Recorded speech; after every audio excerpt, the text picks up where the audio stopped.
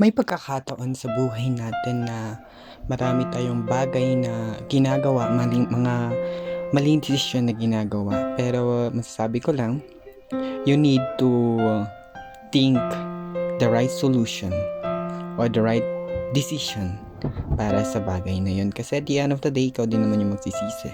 Ikaw din naman yung haharap sa mga consequence, sa mga problems na sa tingin mo hindi siya align sa desisyon na ginawa mo.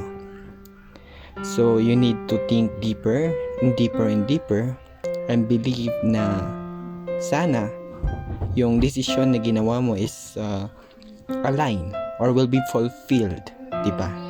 So you should think nice way